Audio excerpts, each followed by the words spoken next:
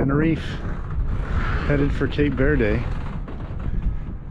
Again, this is Quetzal, famous boat. John Kretchmer sailed her about 160,000 miles. Very well built. So one of the questions I have is, what does a world cruiser like John Kretchmer use as his equipment, and how does he rig his boats?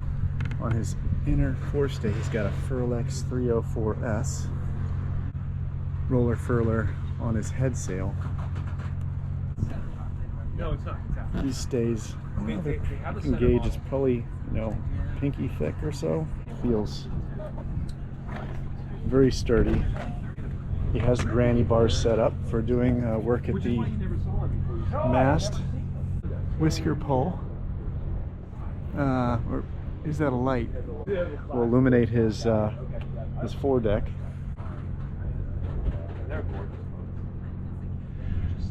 Just some pre-departure checklist work to be done. We are securing the jerry cans. Yeah, so we're gonna pull this. Jerry cans is secured. That's not going anywhere. So this is the wall of fame in Tenerife, Santa Cruz Marina. People get here in all different ways.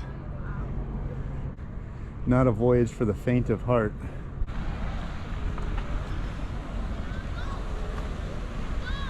Don't worry about all your gear where you're not even paying attention to anything. What's dangerous is not paying attention to what the boat's doing. You size up all your gear, you make your move to where you want to go. Let's say you need to work on the mast. You get right here and you hook up. And that took a second and a half. And I was watching the water, watching the waves, have a really nice sense of what I gotta do. Now I can concentrate on my job. If you really want to be safe, there's one simple thing to do that nobody teaches you, but is the biggest safety factor of all, is you crack off the fucking wind and you flatten the boat out. And then you do your work. And then you get your work done, and then you bring the boat back up and put the heel back in. And instead, no, jack lines, hooking, blah, blah, blah, as though falling off the wind for 5 minutes is a mortal sin. Yeah. So many things we've learned have come to us from racing. Lots of good and lots of stupid. Precaution that should something happen to the backstay, I know this will hold away the mast until we could tack and get the load on. One man. So he rigs his preventer lines on the tow rail. So this blue line? So I was hold that. And we can just, What do you tie in there? just a bowline. Yeah. The preventer line is not part of sail trim. It's interesting to see, and we'll do a hard jibe tomorrow just to show you. Booms are like cans of Pringles. They don't have any strength in shear. Tremendous strength in compression, right? On the length of the boom. So it's going to load the rig. You got to have a strong boat, but the rig that's not going to be the load point. It's going to be back here, and you want this to be in line with the boom. So what you don't ever want to do is like have a preventer line right here tied to the deck. Looks like it's run to the cleat in the cockpit. Actually, it loads pretty close to midline. The bang has so much purpose, I never leave it to anything. It's a learning experience. We're going to start at the forward cabin here. This is standard V berth. The main salon. The sleeping area is actually up here. These are their pilot berths, and then their settees down here. Here's Kretchmer's kitchen. Head area. Rear berth. And starboard side rear berth. So, between the Dodger, the Spinnaker, yeah, they're gonna just live. Yeah. So we'll just kind of get our world rocking here. Yep, good show, Tom. Get that baby. So, Pete, I don't know if I told you, but that ship is the pride of Spain. Aha. Yeah. Main up. Super efficient for us to have the pole up right off the get-go. So what we want to do is get the pole perpendicular to the mast.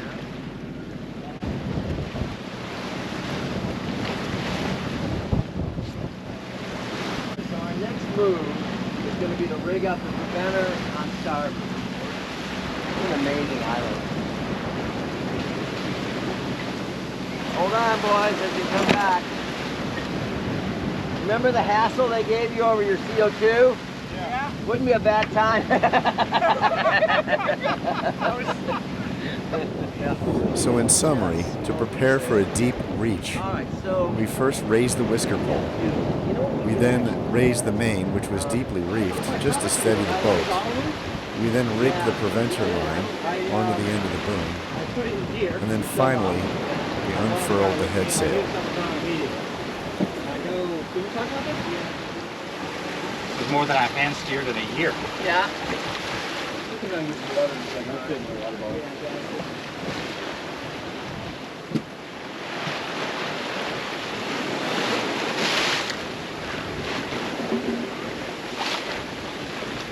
Definitely a rocky and rolly day. I feel a little bit of seasickness, but not too much.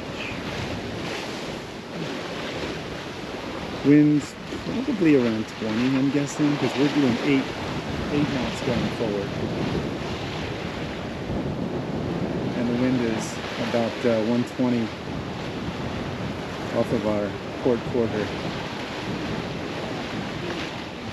And you are the 169th training passage on Tenerife. Really? Yes. So you got your elevator pitch down.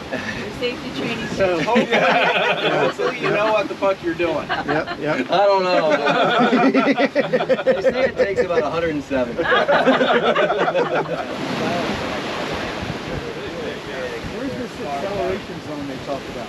Right at the bottom of Tenerife.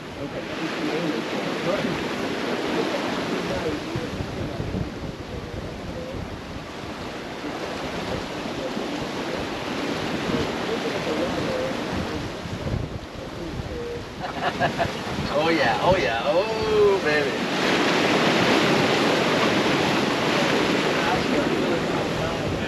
Woo!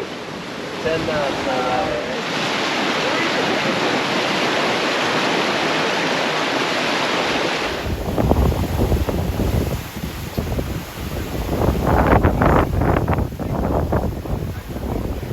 And what you're going to do, Serena, is, without even telling us, you're just going to reach over the side and put that can overboard. It's kind of about what a human head looks like before their PFD inflates. I am going to immediately heave to. I am going to bring the boat into the wind until the head sail backs and the mainsail comes across. Just like we were heaving to, with the whisker pole up. It's going to be ugly. And we can talk about it until the cows come home, but until you see it, you can't really believe it works. Whoever sees the person go overboard is responsible for keeping a finger on them. You can see something a lot further if you put a pointer finger on it. You lose it, lose it, lose it, but then you know where to look by looking over your finger. Man overboard? Yep. All right, man overboard. Man overboard! All right, man overboard. We're coming up, we're coming up, we're coming up. We're on this deep reach. It's crazy. We're going to heel way over for a second. We're flopping around.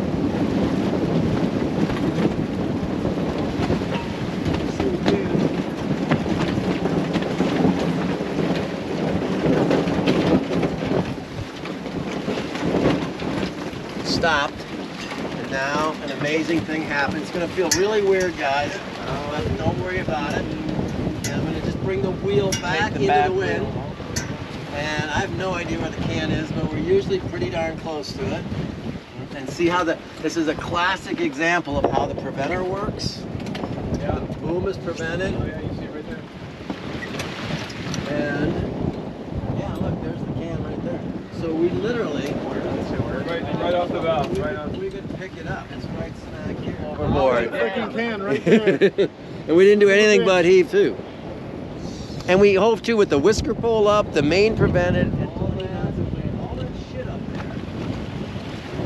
And you can kind of see the slick. Look at that slick. And this is intense wind too. So what we have to do now is sheet the main in really tight, and we're going to try to do the most gentle jive back if we can. Just wait till the boat starts to pull around. There we go. Okay, now hard right, all the way over right, all the way over right. And somewhere near the can. Just keep it all the way right. There it is, can ahead. Just fine. Weird with the whisker bowl up, but yeah, so there's our can right there. We have stopped, and that's our person in the water. We would put the engine on, we would roll in the jib, we would just get our shit together, motor around and come in below the person, get out the throw rope. We'll talk about that afterwards. It's just so critical to see how this process works. I mean, we're literally right next to this great can again. The critical thing is, the reason we do this maneuver is the boat doesn't damage. All right, so now you're gonna start to, Tim's gonna bring that main in tight again and we'll get rolling. Nice and tight on the main, coming up.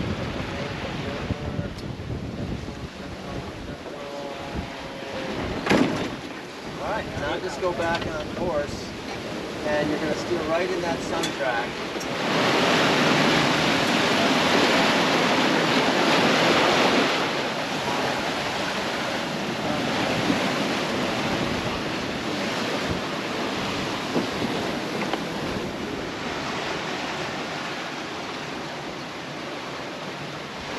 Well, it's Wednesday. No, it's Sunday. Jesus.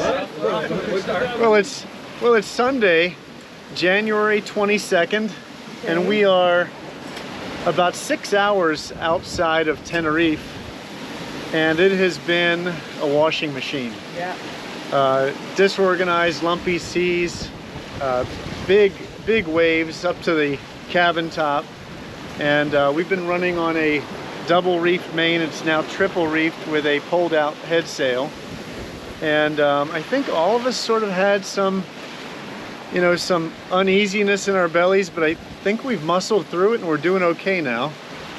I'm here with Tim and his wife Sharona. Hello. We got Russ. Hello. He's the intelligence officer that speaks fluent Russian. Very little intelligence. Howdy, I'm Pete. Pete from Massachusetts, now in Ottawa and Hilton Head. So this is obviously going to enhance our knowledge base, sailing with John Kretchmer, and he definitely pushes the envelope. He does not shy away from wind and weather, and I think we can all attest to that today.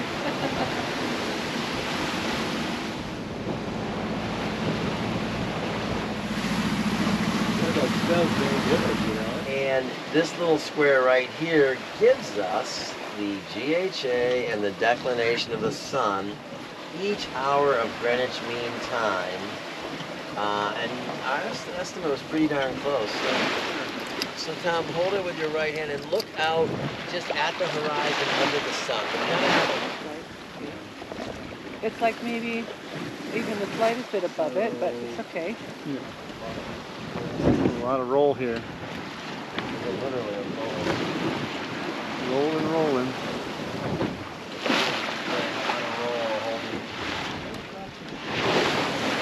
Well, the weather has definitely settled down today.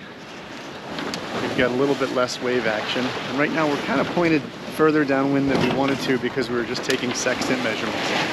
Our first day out, we did about 166 miles in 24 hours.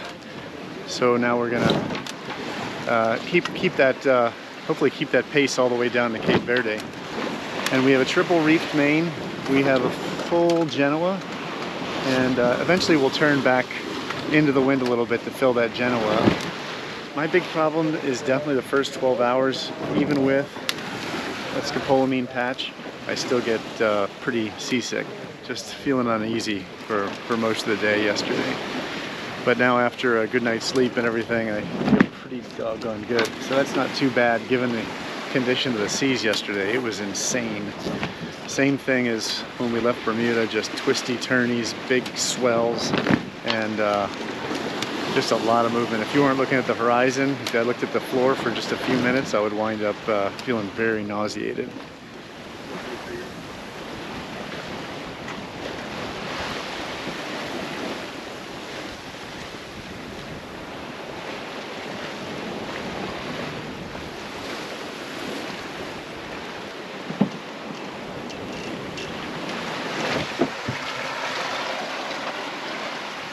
change the course much? A little bit. I hit it a little bit more west. I love the little visitors. You know, they just remind me of dogs that they want to play. Yeah. You know?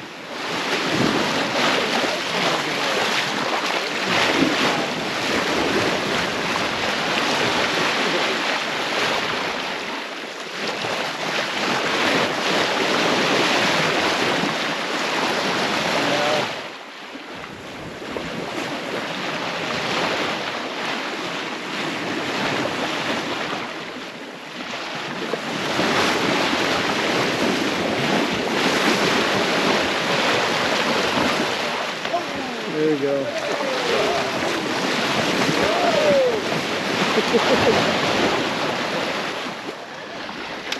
It's been a beautiful second day. We've been making good miles. We just went wing on wing because of a wind shift, and we need to just sort of keep our westerly course to be able to get into the Cape Verde Islands and stay off the coast of Africa. We're probably 100 miles off the Sahara portion of Africa right now, and we just got a great show. It's actually still going on with these dolphins. I think they know that we're here, and they're putting on a show for us. Lots of jumping, and there's probably about 20 of them in this pod. So you had to tie the guy up? Looks good, John. Yeah. It is a tight squeeze in here. So my hips are right against this thing. That's it. It's so tiny. A really good solution, 90% of the time. And if it's too dark, you sometimes have to go one or the other. Can't read without my glasses.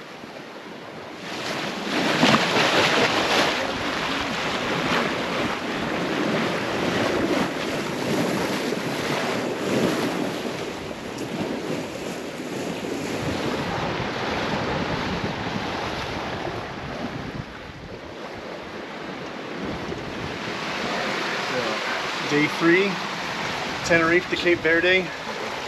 Conditions absolutely beautiful. Perfect wind, 11 knots apparent. We're about 120 off the wind with a single reef in the main and a full Genoa. And we are steaming along at 6.5 knots. Position. It's called an assumed position. Right. And you make this mathematically convenient position that's close to where you are, but you know isn't where you are. And you figure out, through doing all the work form stuff, what somebody's sextant would read if they were at the fake position. The fake position is close to you, but it's been compromised for mathematical reasons. But it's really close. It's kind of like a DR position, but you choose it so that you can use the tables. You then work it out, and the net result is a sextant reading. You then take your sextant reading and compare it to the fake sextant reading, and the difference is how you figure out your position. So you use essentially a benchmark site.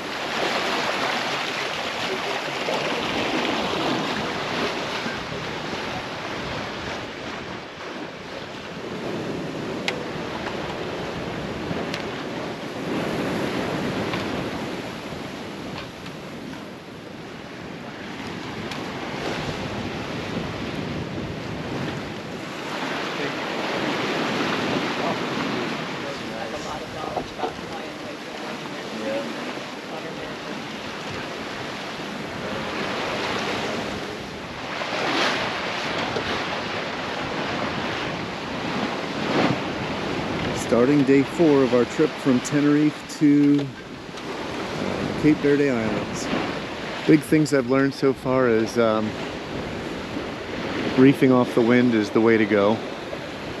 Just like we are now, we can put another reef in this, or we can take a reef out. It's not an issue at all. We just drop it and lower it, and that seems to do the trick. We don't have to head up into the wind and beat ourselves up. It's just very comfortable and very routine, and we've done this numerous times thus far on this trip. If the winds drop later on today, we'll be bringing out the asymmetric spinnaker.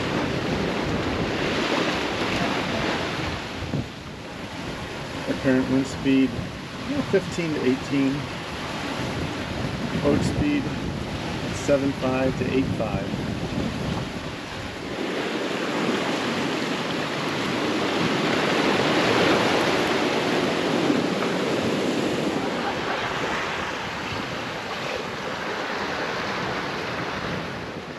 We need to get our butts over here to solve. You see that? And we are not aiming for it now. So